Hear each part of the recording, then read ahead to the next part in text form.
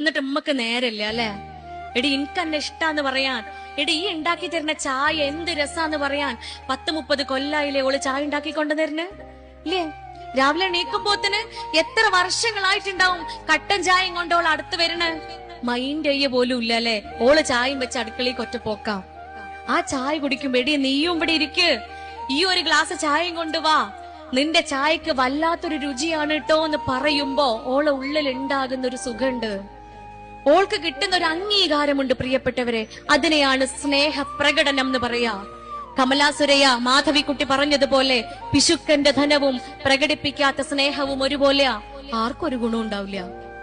മരിച്ചു കഴിഞ്ഞിട്ട് എന്റെ ഓള് പോയല്ലോ, മൂപ്പര് മരിച്ചല്ലോ എന്ന് പറയുന്നതിന് പകരം ജീവിച്ചിരിക്കുമ്പോ നോക്കി എനിക്ക് നിങ്ങളെ ഇഷ്ടാട്ടോ എന്ന് പറയാ, ഐ ലവ് യു എന്ന് പറയാ. ആ വാക്കെന്നെ മറന്നിട്ടുണ്ടല്ലേ പലരും. Download ShareChat.